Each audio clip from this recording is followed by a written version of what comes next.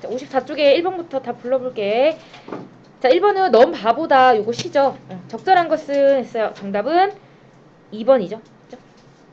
관찰은 1년에서 하게 됐고 이제 전체적으로 관찰을 통해서 시가 전개되고 있기 때문에 정답은 2번이고요. 자, 2번에 이 시의 화제에 대한 설명 알맞지 않은 것은 정답 4번이죠. 요는 화자가 아니라 나의 모습이죠. 나. 잠깐만. 자신의 행동이 아니라 참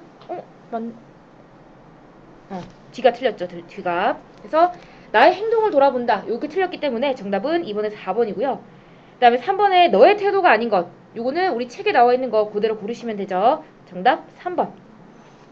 그 다음에 4번에 기억과 같은 표현 방법. 기억은 넌 바보다니까 요거 반어가 되겠죠. 그래서 반어 고르시면 정답이 5번이죠. 5번은 모순이란다.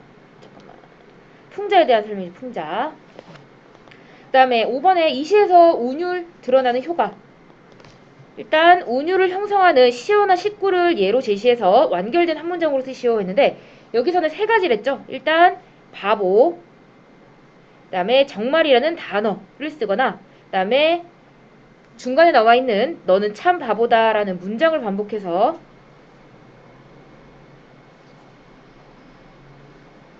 시어와 문장을 반복해서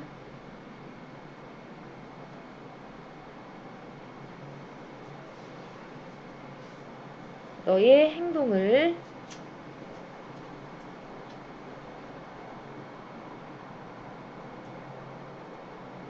본받고 싶은 나의 마음을 강조하는 것이 운율의 효과죠.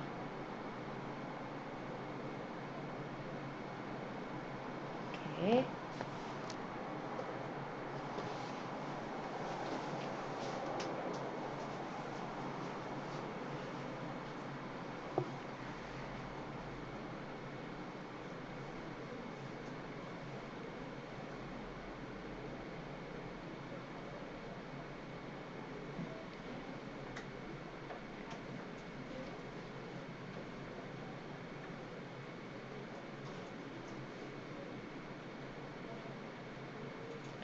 자, 6번은 요거 시조네요. 이 시조에서 운율을 형성하는 요소. 정답 3번이죠. 일정한 글자 수를 반복하는 거. 자, 7번. 나를 활용하여 가를 감상한 내용 중에 적절하지 않은 것은 했는데 요거 3번이죠. 자, 반어 표현을 활용해서 다의 광고 문구를 다시 만들었을 때 올바른 반어는 3번이고요. 요거 책에 나와 있었죠. 자, 9번에 가와 다에서 공통적으로 쓰인 표현 방법의 효과. 둘 다 풍자기 때문에 정답은 2번이 되겠죠. 넘겨서 10번. 자, 이 글의 특징. 이 글은 4번이죠. 왜냐? 수필인데 4번은 소설에 대한 설명이기 때문에 4번이 틀린 거예요. 그렇죠? 그 다음에 11번. 글쓴이가 겪은 경험. 이거는 쉽죠. 5번이고요. 그 다음에 기억의 이유. 왜 그들이 아무런 반응을 보이지 않았을까? 정답은 4번이죠. 어떤 존재인지 침묵을 통해서 더 잘 느끼기 위하여. 자, 13. 니은과 같이 행동함으로써 깨달은 바. 니은은 라달락에 있죠. 상대방의 존재를 느낀답시고 입을 다물고 가만히 있었대. 자, 그때 글쓴이는 사람들로부터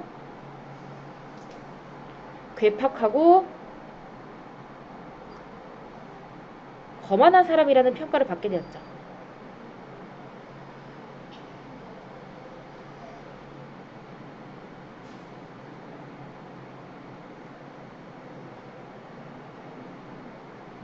침묵은 흉내가 아니라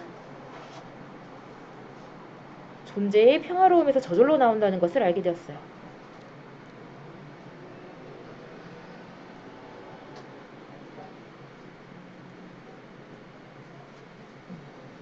이렇게 쓰시면 되겠죠. 글쓴이는 사람들로부터 괴팍하고 거만한 사람이라는 평가를 들으며 침묵은 흉내가 아니라 존재의 평화로움에서 나온다는 것을 알게 되었다. 이렇게 쓰시면 되고요. 자, 14번. 가부터 라를 통해서 알 수 있는 사실이 아닌 것은 정답 5번이죠. 그 다음에 15번에 기억과 같이 생각한 이유. 기억은 나달락 마지막 줄에 있죠. 그것은 내가 너무 많이 말을 했다. 5번. 언어 습관을 성찰하게 되었기 때문이죠. 16번. 니은은 맨 마지막에 나온 역설이네요. 요거 정답 5번이죠. 자, 요거 잠깐 보고 넘어갈게. 16번에 1번 보시면 의문형 문장으로 끝맺어 대상에 대한 글쓴이의 생각을 강조한다. 요거 예를 들어서 이런 거예요. 우리가 멋진 풍경을 봤어. 그럴 때 이 얼마나 아름다운가 이런 표현을 썼을 때 지금 끝은 의문형 문장이지. 근데 얘가 정말 궁금해서 물어보는 게 아니라 이것이 정말 아름답다라는 걸 강조하기 위해서 나타냈죠. 그래서 이런 것들을 서리법이라고 부르고요. 자, 두 번째는 같은 말을 반복해서. 이거는 반복법이죠. 그 다음에 3번에 읽는 이에게 대상에 대한 비판의식을 강조하고 웃음으로 공감대 형성하는 거 우리 배웠어요. 풍자였고요. 그 다음 4번에 말하고자 하는 바랑 반대로 표현해서 강조하는 거 반어법이었죠. 역설을 나타내는 건 5번이라서 답이 5번이 되고요.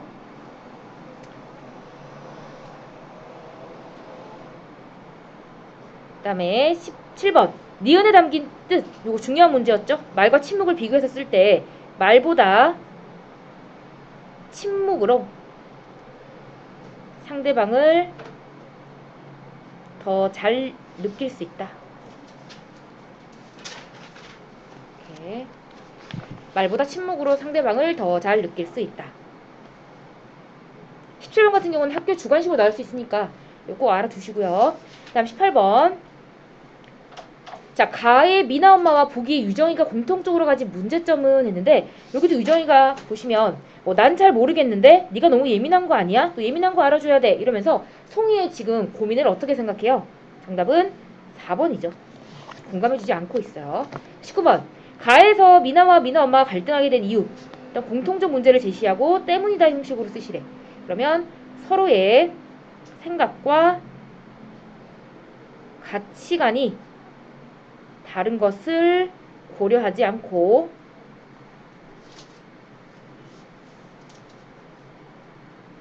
상대방을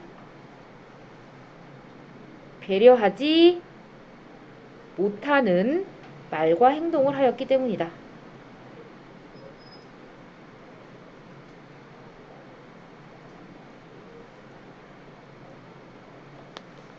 이렇게. 서로의 생각과 가치관이 다른 것을 고려하지 않고 상대방을 배려하지 못하는 말과 행동을 하였기 때문이다.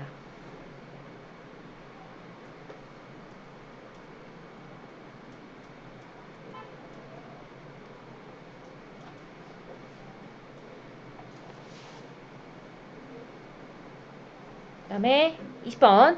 20번은 맨 밑에 있죠. 다은이. 무슨 일 있어? 너답지 않게 표정도 안 좋고 어깨도 축 처져 있고 해서 할 수 있는 건 2번이죠. 네. 그 다음에 59쪽 21번. 자, 가에서 다은이가 대화한 태도 알맞지 않은 것은 했으니까 정답은 3번. 구체적으로 알려주진 않아요. 이런 행동들. 22번에 자, 미나의 심리를 추측하여 쓰시오. 엄마가 자신에게 잘해주는 것이 고맙지만 생략된 말 뒤에 숨겨져 있는 건 지나친 관심과 사랑이 부담스럽다. 이렇게. 자, 23. 나에서 미나 엄마가 처한 상황으로 적절한 것 요거 4번이죠. 마지막 24번에 다은이 엄마의 태도 알맞지 않은 것은 5번이네요. 지적하지 않죠.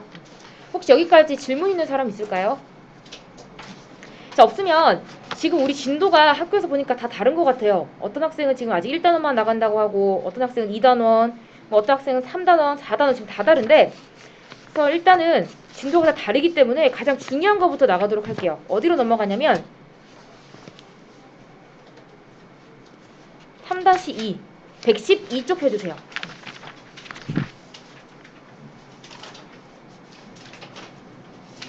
자, 한글은 우리가 이제 요 책을 가지고 이제 공부한 학생이라면 언젠가는 꼭 시험을 보거든요. 아주 중요한 부분이라서 요거를 이제 중간고사에 보느냐 기말고사에 보느냐의 차이일 뿐이지 꼭 보기 때문에 일단 중요한 것부터 나가도록 하고요.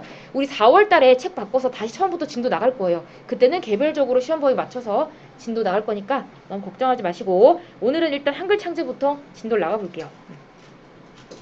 자, 제목이 한글의 창제 원리와 특성이니까 우리는 이 단어에서 두 가지를 배울 거야. 한글은 어떤 식으로 창제가 되었고 어떤 특성을 가지고 있는지 이 두 가지를 볼 텐데 일단 그 전에 자, 한글의 얘들아, 원래 이름이 뭐였지?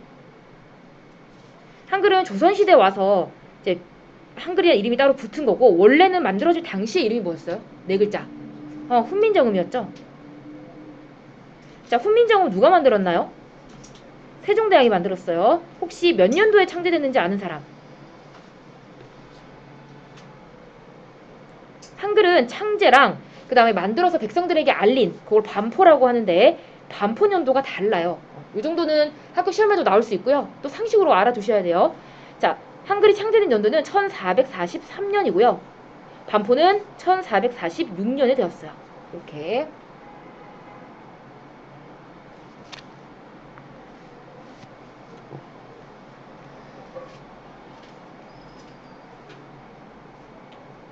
자, 그래서 우리가 알아둬야 될 건 그 당시에 우리 말은 존재했지만 뭐가 없었던 거예요?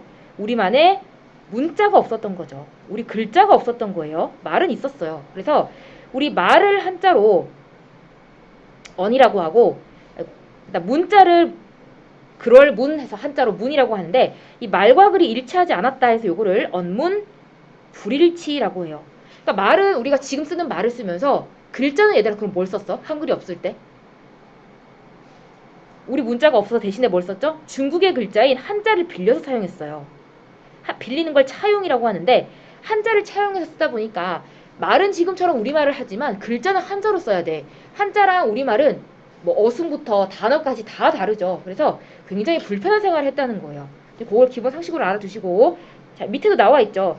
한글 창제 이전에 그럼 어떻게 언어 생활을 했느냐. 자, 우리 고유의 문자가 없어서 한자를 사용해서 우리말을 표기했다는 거예요. 그게 특징이죠. 자, 근데 한자는 우리말을 완전하게 표기하지 못해요. 너무나 다르기 때문에. 그래서 누가 백성들이 한자를 몰라서 일상생활하는데 어려움을 겪어요. 뭐 죄를 죄인지도 모르고 짓고 한자를 읽을 수 없으니까. 예를 들어서 나무를 베지 마시오. 벌목금지라는 한자를 읽지 못해. 그럼 들어가서 그냥 나무를 베는 거야. 그러면 이제 뭐 곤장을 맞거나 벌을 처하게 되겠죠. 벌에. 혹은 뭐 멀리 있는 가족한테 편지를 쓰고 싶어도 글자를 모르기 때문에 편지를 쓸 수가 없는 이런 어려움을 겪었다는 거. 자, 그래서 창제 동기 보시면 이러한 백성들이 글자를 쉽게 익혀서 편히 사용할 수 있도록 세종대왕이 1443년에 한글을 창제하여 46년에 훈민정음이라는 이름으로 반포를 하게 되었죠. 자, 이 훈민정음이라는 요 글자 안에 담긴 의미는요. 백성을 가르치는 바른 소리란 뜻이에요. 가르칠 훈, 백성민, 가를정, 소리음. 백성을 가르치는 바른 소리.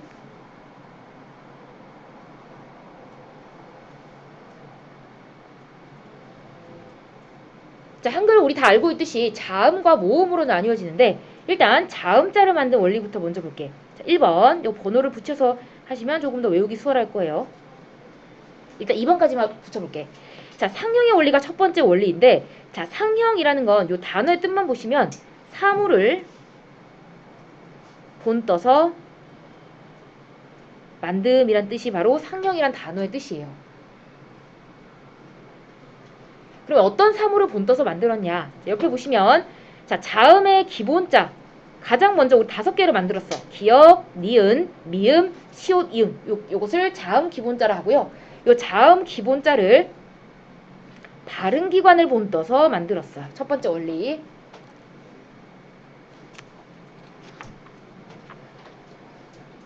자, 두 번째 가획이라는 건 더할 가, 획을 추가한다, 획을 더한다 이런 뜻이에요. 그래서 방금 만든 기역, 니은, 미음, 시옷, 이응에다가 획을 하나씩 추가해서 이러한 자음들을 또 만들었다는 거예요.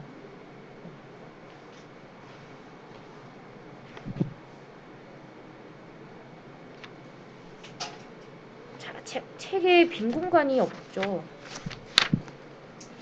잠깐만요. 필기를 할 만한 데가 없나? 예를 들어서 우리 94쪽 바로 앞장 그런데 보시면 좀 넓은 공간 있죠? 94쪽 바로 앞에 거기 필기 좀 하나 해볼게. 94쪽 바로 앞에 빈 공간 하나 있을 거예요.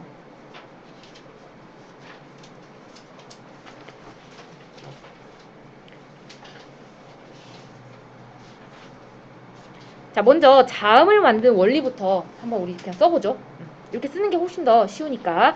자, 방금 자음은 첫 번째 상형의 원리를 통해서 5개를 만들었다고 했었는데, 기역,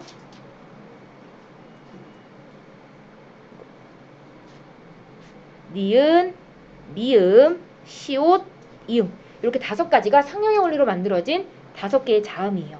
그리고 상형의 원리는 사물을 본떠서 만들었다라는 뜻이었고, 우리말의 자음은 발음기관을 본떠서 만들었다고 했죠. 발음기관이라 하면 말을 할 때 움직이는 모든 것들을 발음기관이라고 하는데, 자, 첫 번째 기역 같은 경우는 혀의 뿌리가 목구멍을 막아서 나는 소리가 바로 기역이에요. 이런 거 다 외워두셔야 돼요. 혀뿌리, 목구멍 이런 거. 그래서 혀뿌리와 목구멍이 만나는 곳, 어금니예요. 그래서 얘를 어금니 소리라고 불러요. 기역. 그 다음에 니은 같은 경우는 혀의 끝이 윗잇몸에 닿아서 나는 소리가 니은이에요. 닿는 모양을 본떴죠. 그래서 얘는 혀소리라고 부르고요. 그 다음 미음은요, 우리 입술을 정면에서 봤을 때를 본뜬 거예요. 그래서 얘를 입술 소리라고 부르고요.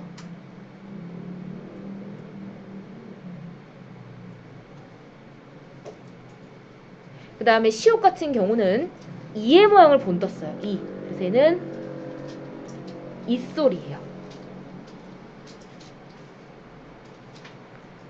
마지막 이응은 목구멍을 본떠서 만들었어요. 그래서 목청 소리예요. 이렇게 5가지의 기본 자음자가 존재하죠.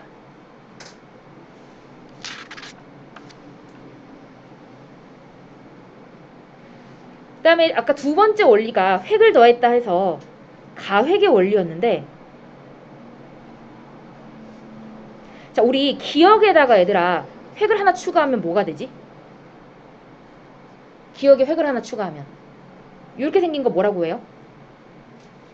키읔이라고 부르죠. 그래서 기역에다가 획을 하나 추가해서 키읔이 됐고요. 그다음 니은에 획 하나 추가하면 뭐예요? 니은에. 이게 뭐죠? 디귿이죠. 그래서 밑에 두 번째 가역의 원리 디귿이 되고요. 자, 디귿에다가 또 하나 획 추가하면 뭐가 돼? 여기에. 우리 이걸 뭐라 부르죠? 티읒이라 부르죠. 티읒도 여기 밑에다 쓰시면 돼요. 지금 이렇게 세로로 보시면 돼요. 그 다음에 미음에다 획 추가하면 뭐가 되죠? 이렇게. 요거 뭐예요? 비읍이고요. 또 비읍에다 획 추가하면 뭐가 될까요, 얘들아? 비읍에 획을 추가하면 피읍이 되죠. 그 다음에 시옷에 획을 추가하면 지읒이 되고요. 이렇게. 일단 여기까지만 쓰고 뒤에는 5분 있다 볼게요.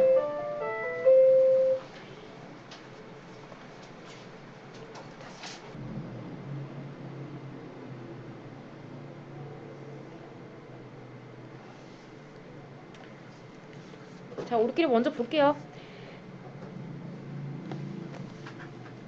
자, 그래서 아까 여기 지읒, 치읒까지 봤고요. 그 다음에 이응에다가 획을 더하면 요렇게 생긴 글자가 나와. 그 다음에 여기가 히읗이야. 그래서 요런 글자 지금은 없어졌죠? 일단 이름은 여린 히읗이에요. 여린 히읗.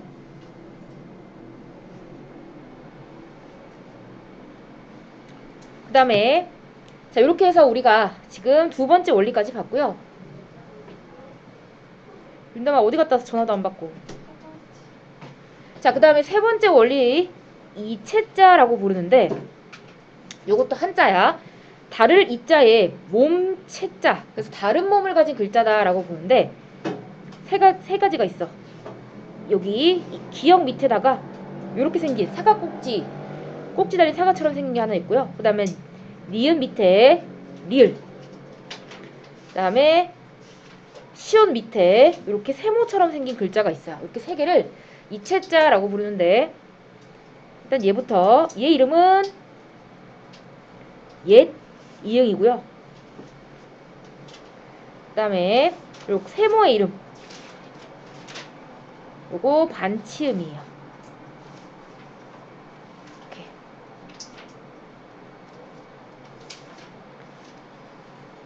자, 얘네 이름이 왜 이채자냐 하면 얘들아 가획의 원리는 예를 들어서 기역에서 이렇게 획이 더해져서 키읔으로 되고 니은에서 획이 더해져서 디귿, 디귿에서 다시 획이 더해져서 티귿으로 될 때 획이 더해지면서 자 가획의 원리 옆에다 쓰세요. 소리의 세기가 세져요. 가획의 원리는 획이 추가됨에 따라 소리의 세기가 세진다는 특징이 있지만 이채자는 소리의 세기가 세지지 않아요. 세기가 세지지 않기 때문에 단순히 그냥 다른 몸을 가진 글자다라고 보는 거예요.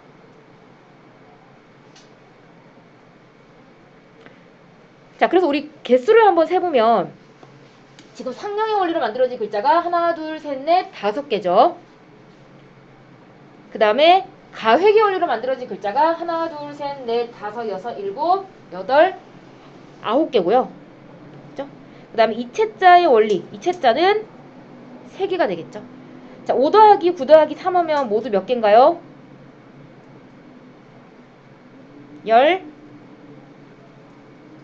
17자. 그죠?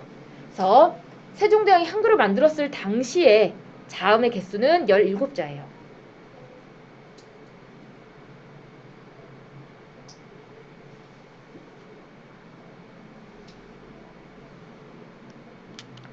나요?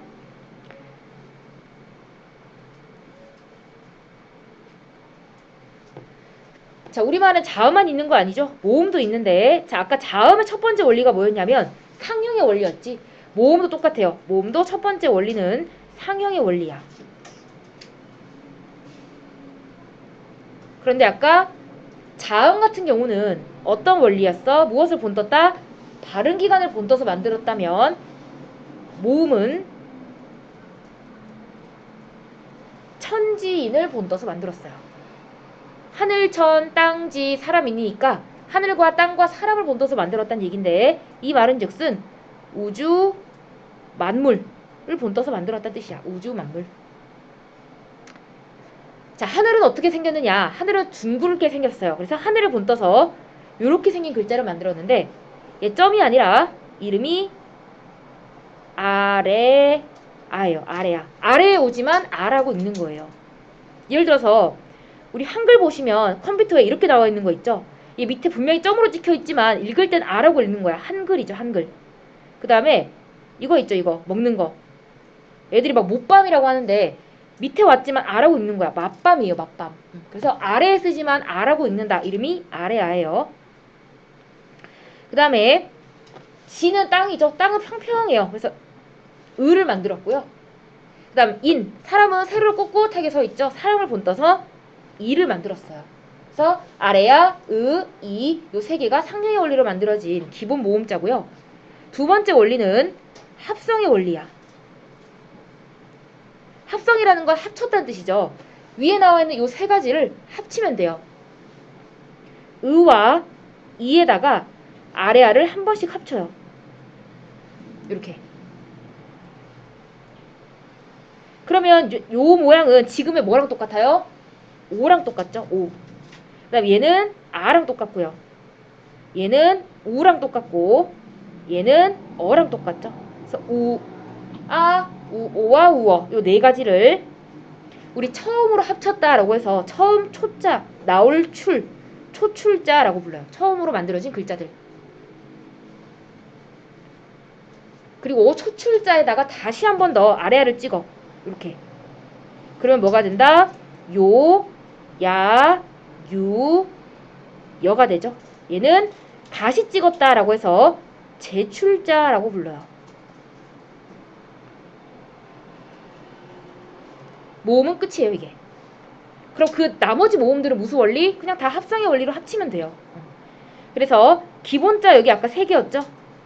그 다음에 초출자 4개, 재출자 4개. 총 더하면 모음은 11자가 기본자예요. 아까 우리 자음 몇 개였어? 17자였죠? 모음 11자. 총 28자가 기본 한글 자음 모음 글자 개수예요. 자, 근데 중요한 건 현대는 28자가 아니라 24자가 현대 국어에서 기본 자음 모음 개수야. 왜냐? 아까 동그라미 친 것들 다 빠지죠?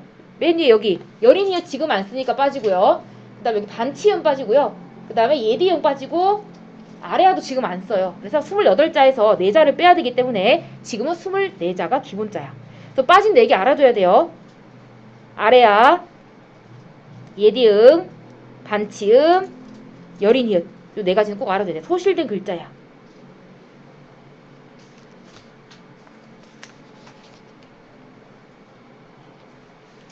자, 이렇게 그냥 우리 한번 쭉 훑었고요. 다시 한번 112쪽으로 가서 그러면 본문을 한번 보죠. 자, 우리 여기까지 한 거예요. 아까 일단 자음자 같은 경우는 처음에 상형의 원리로 5개 만들었고 거기다가 획을 더해서 9개를 만들었죠. 그리고 이체자는 우리 책에 빠져 있어요. 그 뒤에 가면 나올 거고요. 자, 그 다음에 병서의 원리에다가 4번이라고 붙일게요. 이체자가 3번의 원리고 병서는 4번인데 얘는 기본자에 포함이 안 돼요. 아까 자음은 총 17자라 그랬잖아. 그 17자는 병서가 포함이 안 된다는 거야. 자, 그럼 병서는 뭐냐? 병서는 가로로 나란히 자음을 붙여 쓴 걸 병서라고 하는데 여기 앞에 보시면 쌍기역, 쌍디귿, 쌍비읍, 쌍시오, 쌍지읒, 쌍이읒 이렇게 같은 글자를 나란히 쓴 것을 각자 병서라고 부르고요. 그다음 병서의 종류가 또 있는데 기역, 시옷이나 뭐 니은, 지읒 요렇게 다른 걸 2번 나란히 쓴 걸 합용병서라고 불러요. 똑같은 걸 2번 쓰면 각자 병서, 다른 글자를 나란히 쓰면 합용병서예요.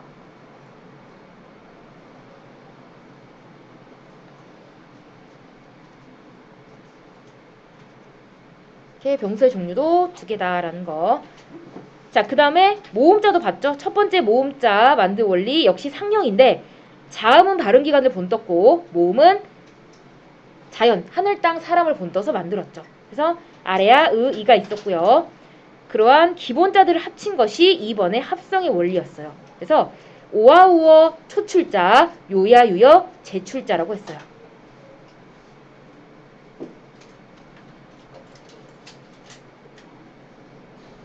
이렇게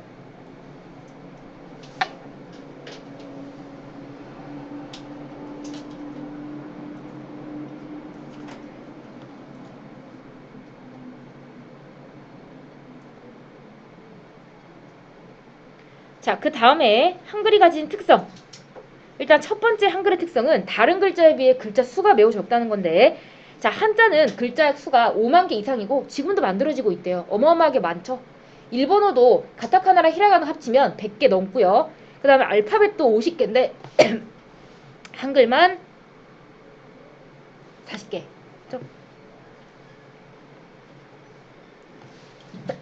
자음모음 합쳐서 40개가 되고요. 자, 두 번째는 체계적이고 과학적이라는 건데 자, 기본자를 먼저 만들고 이를 확장해서 다른 글자를 만들었기 때문에 자, 여기 밑줄 글자의 모양이 비슷하면 발음도 비슷하다. 자, 요거는 무슨 말이냐?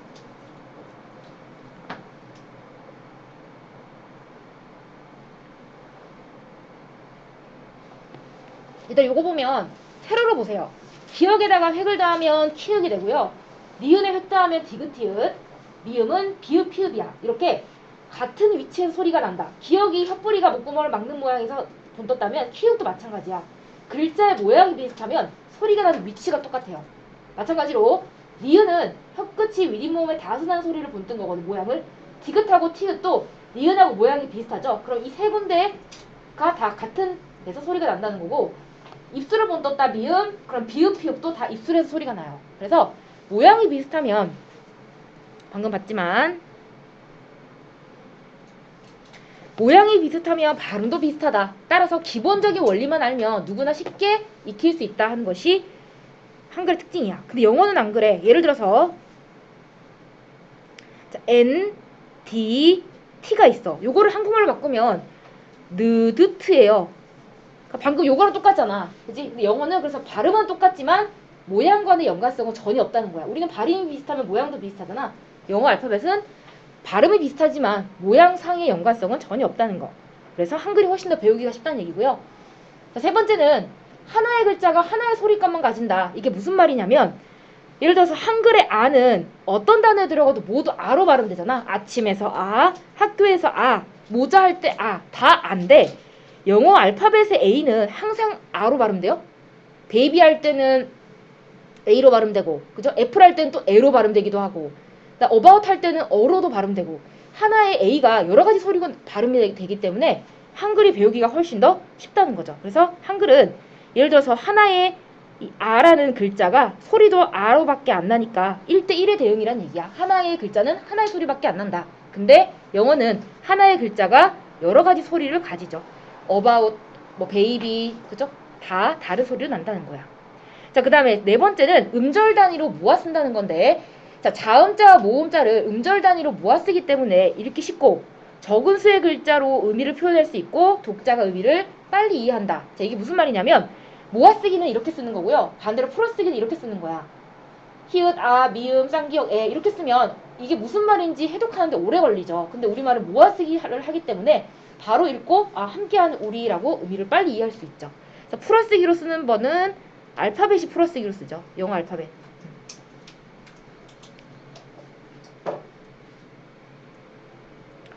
마지막으로 자판 입력이 편리하다는 건데 중국의 한자나 일본의 가나는 이제 컴퓨터를 칠 때 알파벳으로 발음을 입력해서 해당 문자로 다시 또 변환을 해야 돼요. 그러니까 이중 작업이 필요하죠. 근데 한글은 입력하려는 글자를 자판에서 바로바로 입력하고 또 하나의 장점이 뭐냐? 우리 컴퓨터 자판 잘 생각해보면 왼쪽에는 뭐밖에 없어요? 자음밖에 없죠. 그 다음에 오른쪽 자판에는 모음밖에 없어요. 그래서 빨리빨리 타자 치는 게 가능해요. 근데 영어는 그런 구분이 없죠. 최소 시간 7배 정도 차이가 난대. 그러니까 굉장히 한글이 빨리 입력하기 좋은 글자죠. 자, 일단 맛보기로 112쪽 봤고요. 그럼 1번부터 4번까지 한번 풀어볼게요.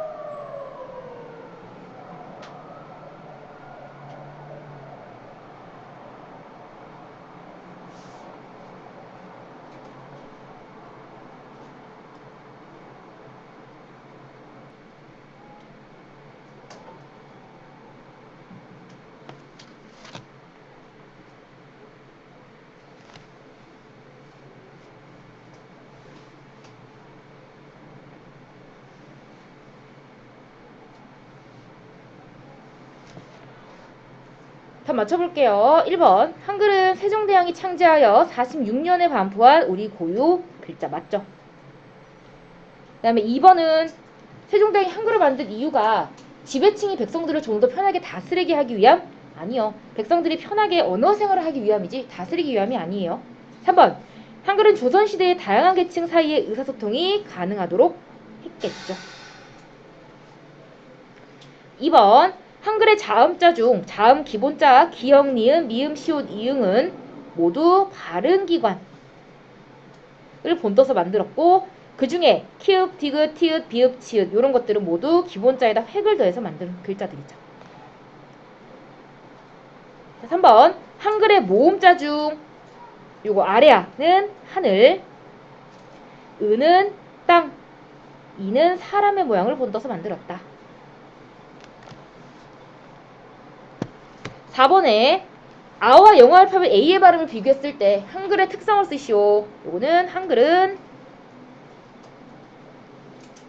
하나의 글자가 하나의 소리값을 가진다.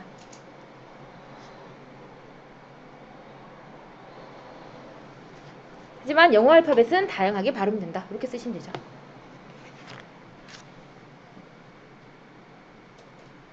자, 그럼 113쪽 들어가서 본격적으로 한번 보도록 할게요. 자, 첫 번째 줄 보시면 자, 세종대왕이 왕이 된 지 25년이 되던 해 한글을 창제하였고 한글이 없었던 시기에 우리 조상들은 어떻게 생활하고 있었을까요? 한글이 창제되기 전 우리 조상들의 생활 모습을 보고 이를 바탕으로 세종대왕이 한글을 창제한 까닭을 생각해 보세요. 자, 먼저 한글을 창제하게 된 배경이 우리 백성들이 한자를 몰라서 억울한 일을 당하고 또 중요한 정보도 얻지 못하는 경우가 많았다는 거예요. 그래서 백성들이 쉽게 익힐 수 있는 글자를 만들어 글을 읽고 쓸 수 있게 하여 생활의 불편함이나 억울함이 없도록 하기 위해서 한글을 만들었다. 그래서 밑에도 보시면 여기 벌목금지라고 써 있는데 백성이 그걸 몰랐죠, 글자를. 그리고 자, 이것을 보면 농사의 비법을 알 수 있다고? 글을 읽을 수가 있어야 비법을 알죠. 자, 시집간 우리 딸은 잘 지내는지, 잘 지내냐고 편지라도 쓰고 싶은데 글을 알아야 편지를 쓰죠. 이런 식으로 중국의 한자를 빌려서 우리말을 쓰고 있으니 백성들이 글자를 읽고 쓰는데 어려움이 많구나. 내가 백성들을 위해 새로 글자를 만들어야겠군. 백성들이 쉽게 익혀 편히 사용할 수 있는 글자를 했어요. 그래서 밑에 보시면 한글 창제 정신이 나와 있는데 얘도 외우셔야 돼요. 첫 번째, 자, 우리나라 말이 중국말과 달라서 한자는 이제 불편하다는 걸 인식했다 하는 것이 자주정신이고요. 우리만의 고유한 언어를 느낀 거. 자, 두 번째는 가장 중요한 이유인데 백성들이 글자를 읽고 쓰는데 어려움이 많은 것을 안타깝게 여겼다. 그래서 애민, 백성을 사랑한다는 뜻이죠. 다음 세 번째는 백성들이 쉽게 익혀서 편히 사용할 수 있는 실용적인 글자. 그래서 실용정신이고요. 그다음 이전에 존재하지 않았던 새로운 문자 28개죠. 창조정신. 이렇게 네 가지 정신이 있어요. 자, 넘겨서 자, 그렇다면 한글은 어떻게 만들어졌을까? 먼저 자음자를 만드는 원리인데 아까 1번의 원리가 상형의 원리라고 했었죠. 상형의 원리는 자음 기본자를 발음기관의 모양을 본떠서 기역, 니은, 미음, 시옷, 이음 5개를 만들었다. 그리고 두 번째가 가획의 원리. 그래서 위에 나와 있는 이 5개의 기본 자음자에다가 모두 획을 더해서 새로운 글자를 만들었죠. 이렇게 9개를. 그 다음 세 번째가 이체자인데 이체자는 지금 책에 없어요. 그래서 네 번째 원리가 병서의 원리예요. 이미 만든 글자를 옆으로 가로로 나란히 써서 만든 글자 병서의 원리라고 부르죠. 자, 밑에 보시면 기역, 니은, 미음, 시옷, 이응이 나와 있는데 자, 보기의 자음자는 다른 자음자를 만드는데 기본이 되는 글자로 이런 것들을 뭐라고 한다? 말 그대로 자음 기본자라 한다. 그래서 얘네를 발음할 때는 각각에다 으를 붙이면 돼요. 그, 느, 무, 스, 으 이런 식으로 혀의 발음을 해보고 혀의 위치나 입술을 살펴봤을 때 그럼 빈칸에 뭐가 들어가면 된다? 발음기관과 글자의 모양 사이에 연관성이 있다는 거, 닮았다는 거예요. 자, 조금 더 자세히 보면 자, 어금니 소리, 요거 기역이죠. 기역. 요거 다 외워야 된다고 했어요. 혓뿌리가 목구멍을 막는 모양을 본떠서 혓뿌리는 혀의 뒷부분이고요. 그 혓뿌리가 여기 목구멍을 막아서 생기는 모양, 기역, 어금니 소리. 반대로 니은은 혀 끝이, 혀 끝은 혀의 맨 앞이에요. 혀 끝이 윗잇몸에 닿는 모양을 본떴죠. 다음 세 번째로 미음, 입술 소리는 입술의 모양을 본뜬 거예요. 입하고 입술. 다음에 네 번째 입소리는 여기 이의 모양을 본떴어요. 시옷이에요. 시옷. 그래서 이의 모양을 본떴다. 입소리. 마지막 목구멍 소리. 목구멍의 모양을 본떠서 목청소리라고 부르죠. 이렇게 5가지 발음기관을 본떠서 만들었다. 밑에 보시면 한글 자음 기본자는 발음기관의 모양을 본뜬 아까 3으로 본뜨다 상형이었죠. 상형의 원리에 따라 만들어졌다. 첫 번째 원리. 자, 그 다음 두 번째 원리는 조금 전에 이렇게 5개를 봤어요. 기역, 니은, 미음, 시옷, 이응을 봤는데 거기다가 각각 획을 더하면 기역은 키읔이 되고요. 그죠? 니은에 획 더하면 디귿, 디귿에 획 더하면 티읕, 미음의 획을 더하면 비읍, 비읍의 획을 더하면 피읍이 되고요. 그죠? 그다음 비읍, 피읍, 그다음 시옷은 지읒, 지읒에 다시 획 더하면 치읒. 이응의 획 더하면 이 이름 뭐였어? 여린 히읗. 여린 히읗에 획 더하면 히읗이 되었죠. 그래서 이 가는 획을 더했다. 가획의 원리.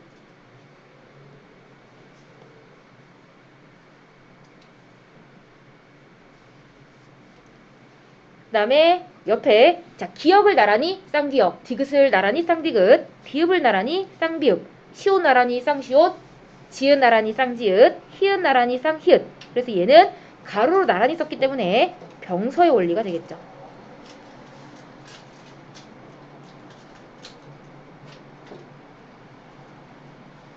다시 한번 정리하면 빈칸에 들어갈 거 다 썼고요. 우리 가는 기본자의 획을 더해서 만든 글자들, 그 다음에 나는 이미 만든 글자를 옆으로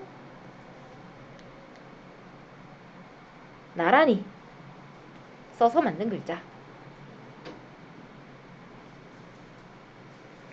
자, 그래서 이 밑에 나와 있는 그냥 표를 외우시면 돼요. 이 표가 제일 중요해요. 계속 반복인데 상형의 원리로 만든 글자 5개, 거기다가 각각 다시 획을 더해서 요런 9개 글자를 만들고, 아까 우리 이체자 봤죠? 이체자 3개 이렇게 해서 이 표 자체를 그냥 외우시면 공부하기 편할 거예요. 그래서 밑에 읽어보면 발음기관을 본떠서 만든 글자 5개, 그 다음 다시 획을 더한 글자 12개에다가 이체자까지 하니까 모두 17자가 총 자음의 글자 개수고요. 이처럼 자음은 두 번째, 소리의 특성이 글자의 모양에 반영이 되어 있기 때문에 과학적이고 체계적이에요. 그리고 기본자의 획을 더하는 방식으로 계속해서 만들어졌기 때문에 기본적인 원리만 알면 누구나 배울 수 있고, 그 다음에 훈민정음 창제 당시에는 있었지만 예디음, 반치음, 여린이웃은 지금은 쓰이지 않는 이런 걸 소실되었다라고 하는데, 소실된 글자 여기 여린이웃, 예디음,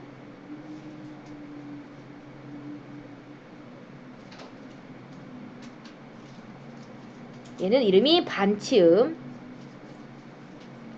이렇게 3개 지금 쓰이지 않고 있다고 했죠.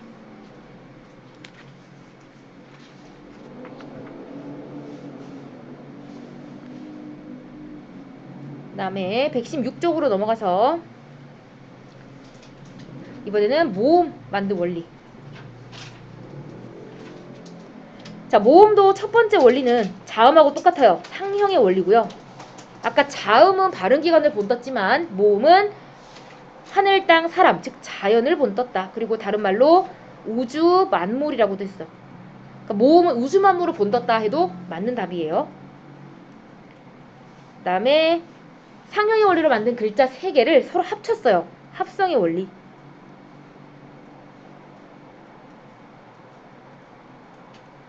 모음 기본자를 결합해서 새로운 모음자들을 만들었죠.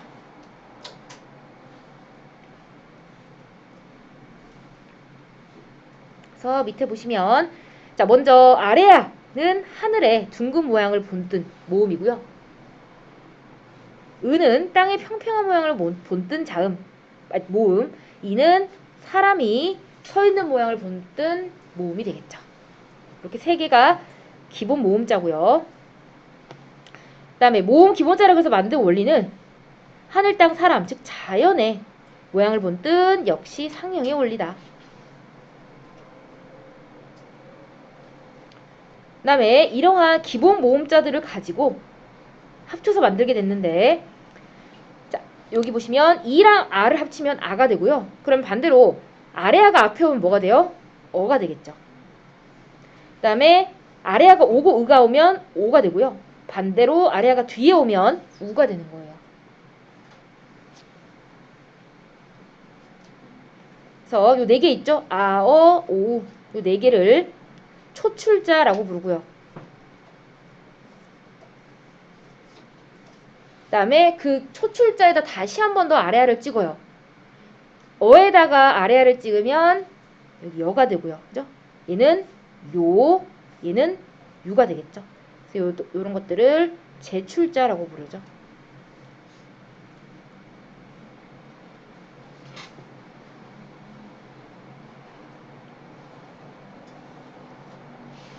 그래서 5와 5원은 모음 기본자인 의와 이에다가 아래아를 한 번씩 더한 게 초출자가 되는 거고요. 그다음 묘야 유연은 오, 아, 우, 어에다가 다시 한 번 더 아래아를 합친 제출자가 되는 거죠.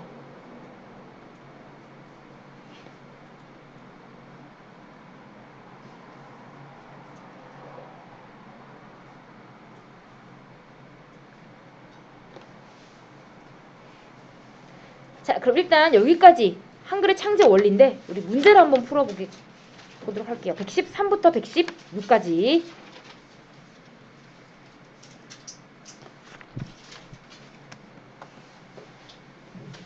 113쪽 1번부터.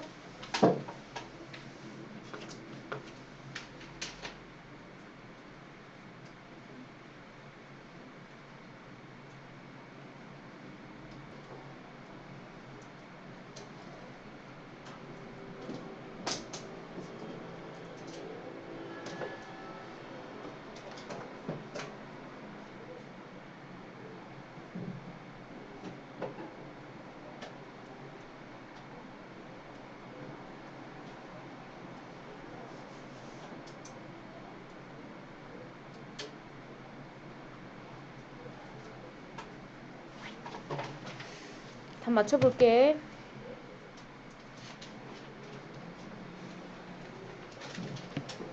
1번. 자, 다음 중 한글 창제 이전에 백성들의 언어 생활을 추측한 내용이다. 알맞지 않은 것. 정답 3번이죠. 대화는 했죠. 말에는 있었으니까.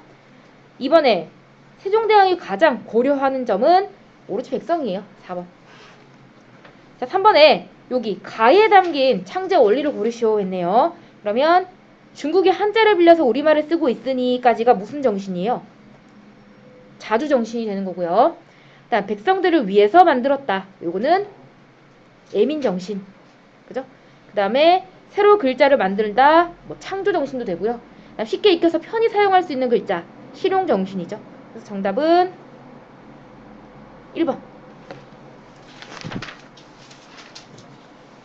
자, 4번에 발음기관이 아닌 것. 당연히 뭐예요? 위장이죠. 그 다음에 발음할 때 입술의 모양을 본뜬 거. 입술은 미음. 3번이고요. 자, 시옷을 만든 원리. 이거 이의 모양이죠. 1번. 자, 기역, 니은, 미음, 시옷, 이음. 요 한글의 기본은, 그죠? 기본 모음들을 모두 발음기관을 본떠서 만들었다. 이렇게. 나요? 자, 8번. 키읔을 만든 원리. 얘 이름, 얘들아, 키읔이에요. 으. 얘는 티읒이고요. 키읔을 만든 원리는 어떻게 쓰면 돼? 기역에 획을 더하여 만들었다. 이렇게. 자, 9번. 글자를 만든 원리가 나머지와 다른 하나. 모두 옆으로 나란히 붙였었죠? 5번만 아니죠. 11. 자, 요 글자들을 만든 공통적인 원리는 이미 만든 글자인 기역, 디귿, 비읍, 시옷, 지읒, 히읗을 옆으로 나란히 써서 만들었다. 이렇게.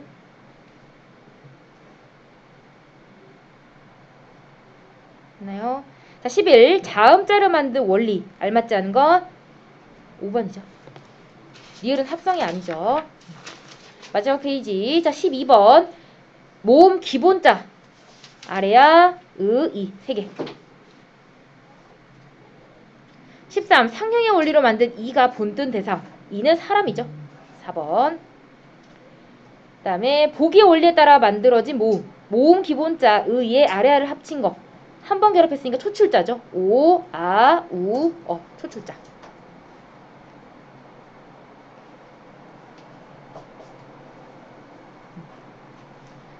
그 다음에 15번. 모음자를 만든 원리. 성격이 다른 하나는 이거 몇 번인가요? 5번. 그죠? 나머지 초출자 2만 기본자. 마지막 16. 얘는 여. 얘는 요. 자, 여기까지 하고 5분 쉬고 117쪽 볼게요.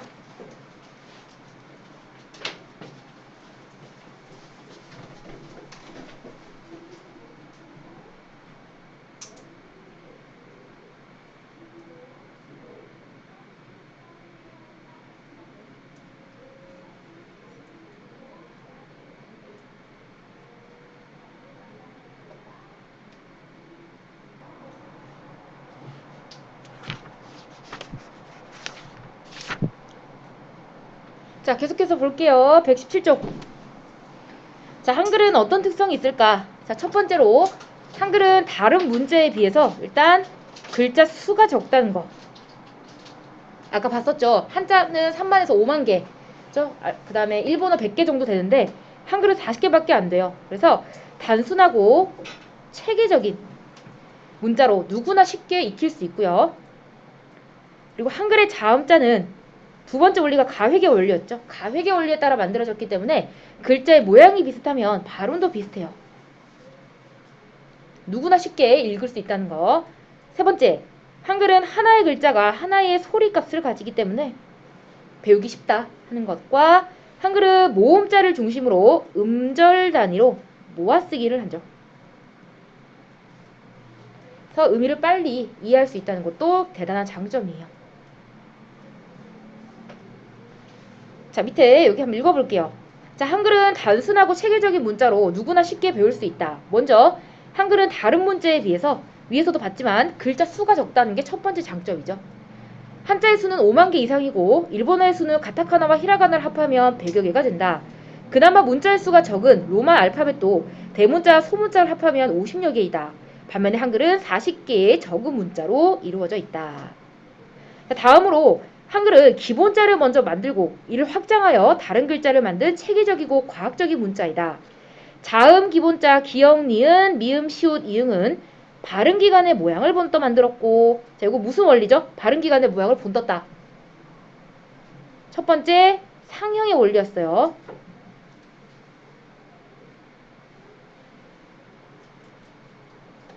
그리고 발음의 특성을 반영하여 다른 자음자를 만들었는데, 예를 들어 키읔은 기역보다 거세게 발음되므로 기역에 획을 더하여 만들었다. 두 번째 원리인 가획의 원리였죠.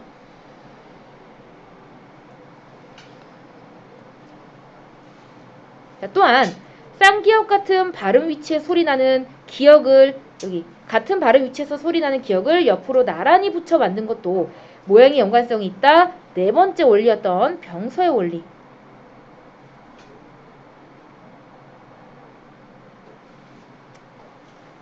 한편 모음은 자연의 모양을 본떠 아래아, 으, 이를 만들고 역시 상형의 원리.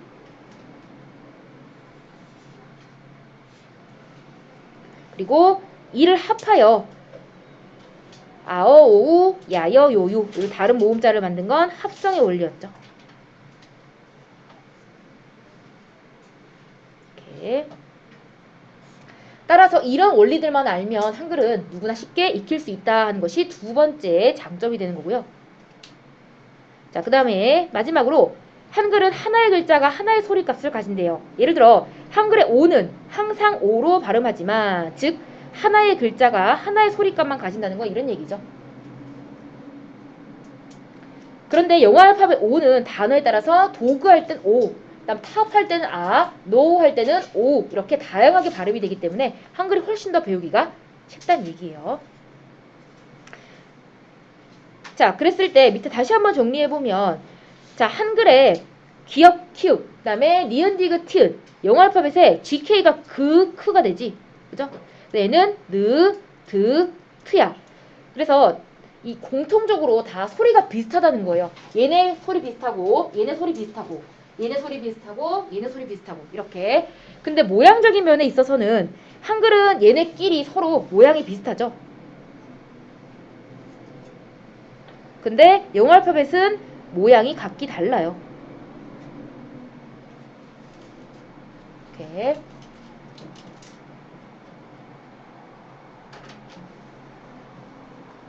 그래서 한글이 배우기 쉬운 이유는 한글은 자음의 가획의 원리에 따라 만들어졌기 때문에 글자의 모양이 비슷하면 발음도 비슷해요. 따라서 누구나 쉽게 읽을 수 있다는 장점이 있죠. 밑으로 내려가서 118쪽. 자, 한글 아와 영어 알파벳 A의 발음 비교하기 했는데 자, 한글은 아가 어디에 들어가도 다 아로 발음이 돼. 똑같아. 그런데 영어 알파벳은 아트 할 때는 아, 테이블에서는 A, 휴먼에서는 또 이렇게 각각 다르게 발음이 되죠. 그래서 한글 같은 경우는 먼저 영어 알파벳은 하나의 문자가 다양한 소리를 내는데 반해 한글은 하나의 문자가 하나의 소리값만 가지기 때문에 배우기 쉽고 우수하다 하는 것이 장점이죠. 옆에 20번 문제 같이 풀어볼까? 빨강색 요거 발음을 써보래.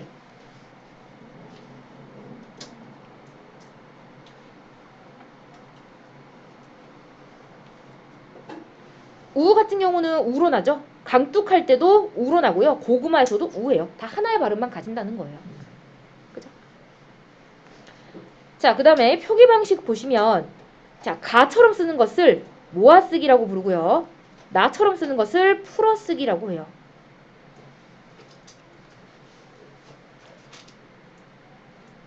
그래서 가는 자음자, 모음자를 서로 결합하여 음절 단위로 모아쓰기를 한 거고, 그 다음에 나는 자음자, 모음자를 늘어놓는 풀어쓰기를 한 거죠. 더 효과적인 건 가예요. 왜냐? 자음자, 모음자를 가로로 풀었으면 무슨 말인지 파악하기 어려울 뿐 아니라 문장이 길어져 읽는 속도가 느려져요. 반면에 모음자를 중심으로 음절 단위로 모았으면 독자가 의미를 빨리 이해하겠죠. 자, 그리고 단어의 활용이 많은 우리 글에서 어근 또는 어간을 찾아내기 쉽다 했는데, 자, 요 마지막 줄 잘 볼까요? 요거 자, 일단 우리 알아야 될 게 활용, 어근, 어간 요 세 가지 알아둬야 돼요. 자, 우리 중학교 1학년 때 얘들아 품사 배웠던 거 기억나? 9개 품사. 자, 그 중에서 유일하게 형태가 변하는 게 두 가지 있었는데, 명사, 대명사, 수사, 동사, 형용사 이런 것들 9개 품사 중에 유일하게 형태가 변하는 품사 2개가 있었어. 뭔지 기억나요?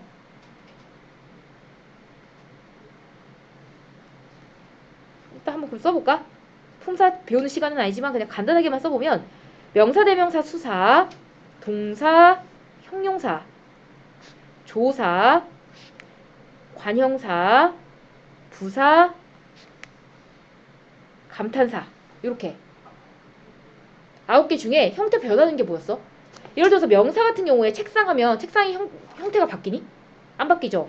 그 다음에 또 뭐 있을까? 조사? 뭐 을르리가 이런 것들이 문장 안에 들어가면 바뀌어요? 안 바뀌어요. 그 와중에 바뀌는 건 동사랑 형용사밖에 없어.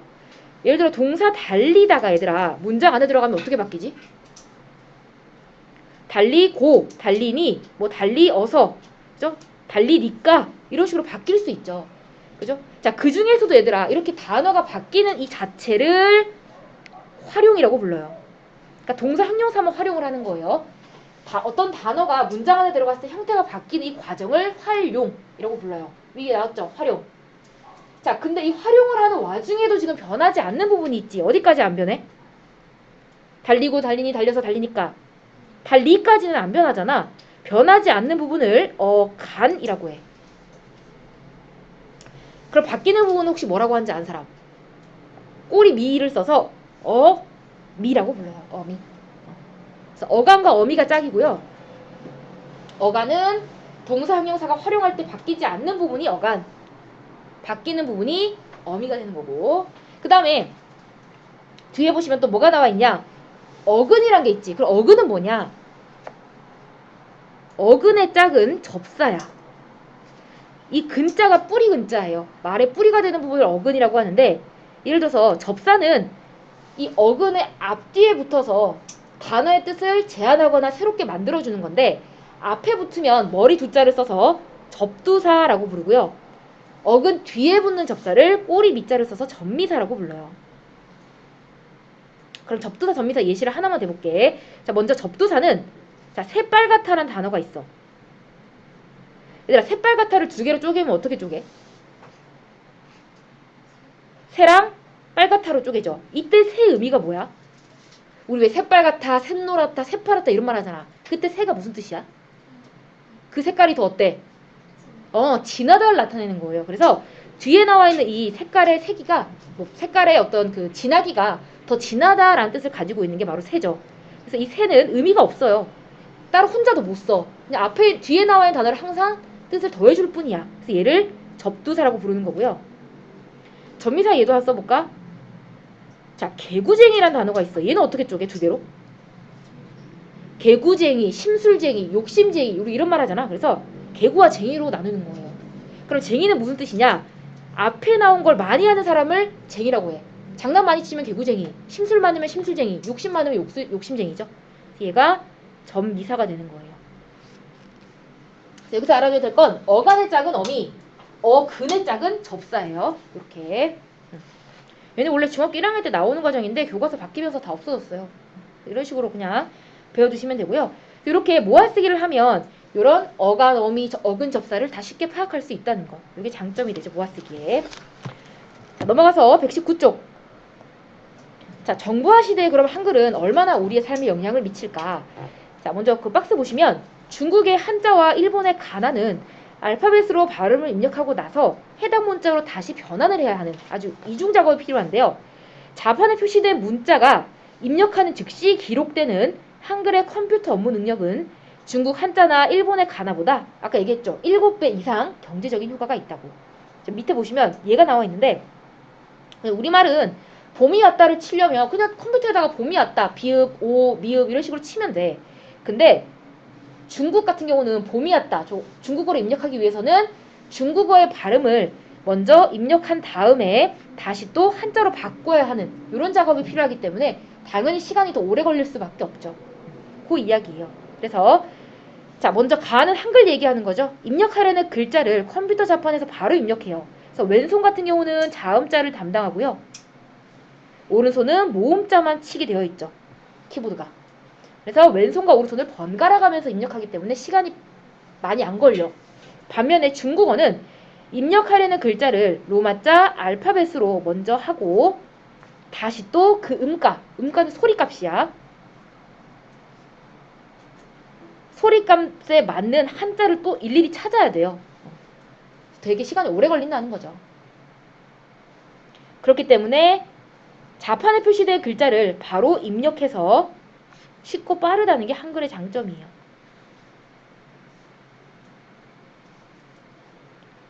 컴퓨터 자판도 한글이 빠르고요. 자, 그 다음 두 번째는 휴대전화 자판인데 자, 요거 가 먼저 보시면 첫 번째 줄에 뭐가 돼 있어, 요거?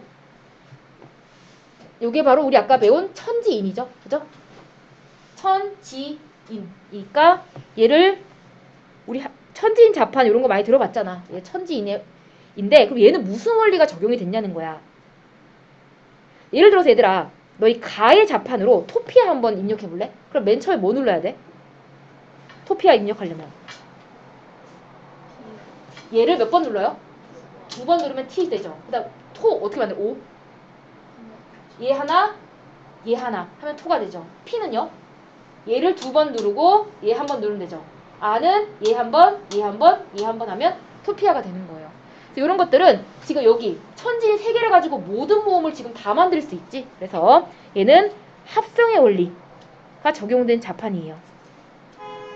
자음을 합성해서 모든 자음을 모음을 다 만들 수 있죠.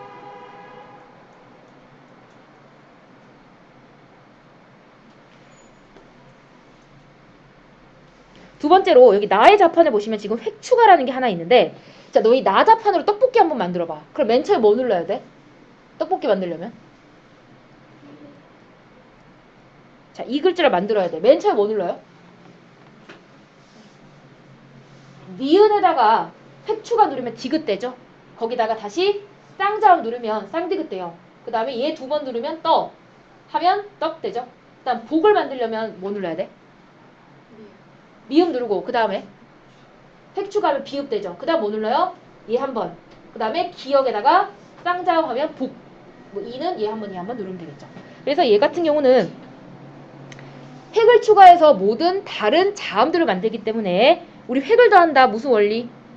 획을 더한다. 더할 가짜. 그죠? 획을 더 가획의 원리예요. 이렇게. 그래서 밑에 똑같이 그냥 쓰시면 돼요. 가는 모음 기본자 이 아래야 뭐 이런 거 아무거나 순서 상관없고요. 이런 걸 합쳐서 만든 합성의 원리가 되고 나는 획 추가가 있기 때문에 방금 썼던 가획의 원리가 되겠죠. 됐나요? 그래서 여기까지 본문은 끝났고요. 우리 아까 몇 번까지 풀었죠? 16번까지 풀었죠? 네, 17번부터 27번까지 풀어볼게요.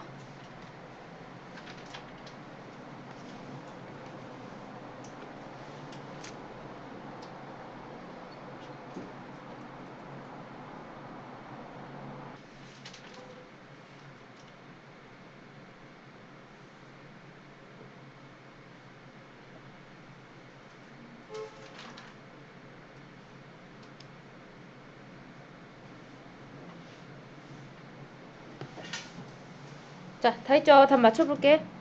한글에 대한 설명으로 알맞은 것은 했는데 정답은 4번이죠.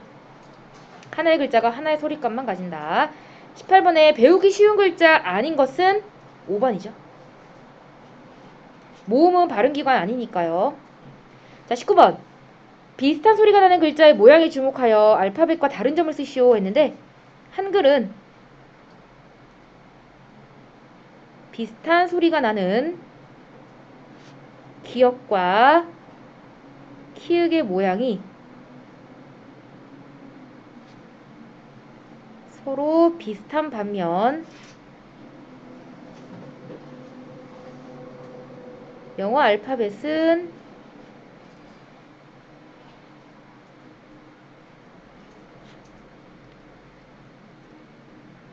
비슷한 소리가 나도 G와 K처럼 모양이 각각 다르다. 네.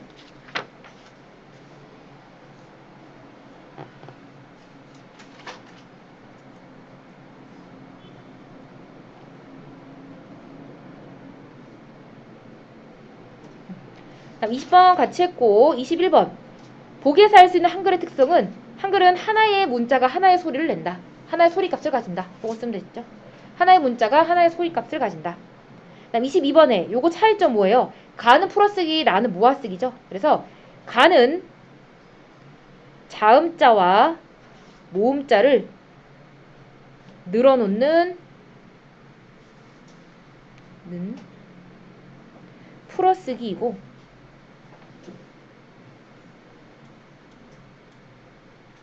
나는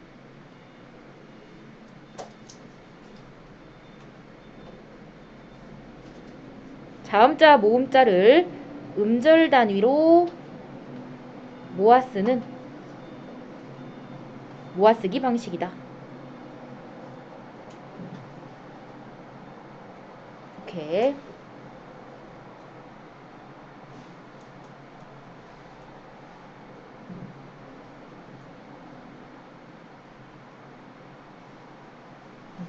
자, 23번 풀어쓰기와 비교했을 때 모아쓰기의 장점이 아닌 것은 했는데 5번이죠. 단어 생성이랑은 상관이 없어요. 그 다음에 24번에 자판에서 글자를 입력할 때 다른 문자와의 차이점이 아닌 것. 정답 2번이죠. 일본어는 중국어처럼 변환을 해야 된다고 했으니까요. 자, 25번은 입력이 쉽고 빠르다. 입력이 쉽고 빠르다. 입력이 쉽고 빠르다. 그 다음 26번. 요거니까 요거 무슨 자판? 합성의 원리죠. 천진. 합성의 원리. 그 다음 27번은 여기 획 추가가 있기 때문에 가획의 원리. 나요. 자, 그 다음 지금부터는 120쪽. 요건 같이 볼게요. 같이 채워봅시다. 자, 먼저 한글을 창제한 배경은 중국의 무엇을 한자를 빌려서 우리말을 썼기 때문에 백성들이 글자를 잘 몰랐죠. 그래서 오로지 백성을 위한 그죠? 쉽게 익혀 편히 사용할 수 있는 문자를 만들고 싶었다. 그래서 첫 번째 자음의 원리는 상형의 원리로 5개 기역, 니은, 미음, 시옷, 이음. 다음 거기다가 획을 더한 가획의 원리. 자, 가획의 원리에서 중요한 건 요거였죠. 소리의 세기도 세진다는 거. 중요한 부분이었고요. 기역의 획 더하면 키읔, 니은은 디귿, 티읕, 미음은 비읍, 피읍, 시옷은 지읒, 치읓, 이응은 여린 히읗, 히읗. 그 다음 세 번째는 병석, 나란히 옆으로 만들었다. 자, 모음자 역시 첫 번째 상형의 원리. 아래야 의이. 두 번째 합성의 원리로 한 번 합성하면 오, 아, 우, 어. 초출자. 두 번 합성하면 요유야여 제출자.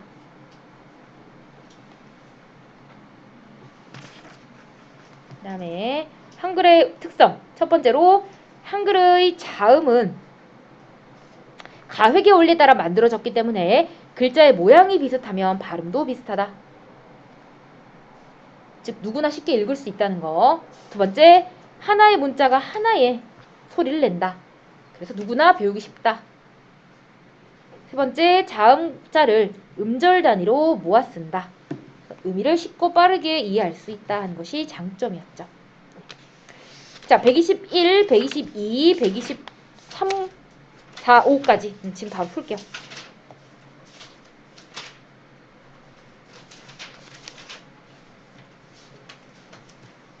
오늘 안에 다 못하면 이거 그냥 해오세요. 숙제로. 다음 주에 채점할게요.